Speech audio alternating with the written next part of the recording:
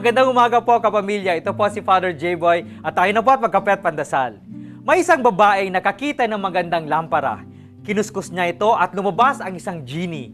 Sabi nito, dahil iniligtas mo ko sa piitan ng lampara, tutuparin ko ang iyong 3 utos. Ngunit sa bawat utos, makatatlong kalaki ang makakamtan ng iyong asawa.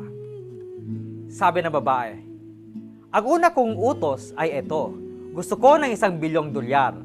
Sabi ng genie, sigurado ho kayo, yayaman ang iyong asawa ng 3 bilyon. Opo, sagot ng babae at nagkatotoo. Gusto kong maging maganda ang pangalawang utos ng babae.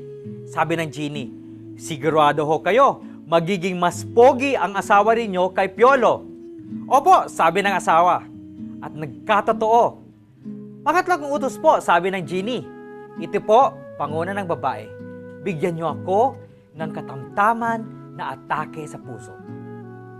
Ang puto sa araw na ito ay simple lamang. May epekto sa kapwa ang anumang ginagawa natin. Magtapon ka ng basura sa kanto, unti-unti itong iipon. Mag-aakala ang iba na okay lang magtapon doon. Ipagdasal natin na lagi nating pag-iisipan ang ating ginagawa at ano ang epekto nito sa ating bayan. Magandang umaga po.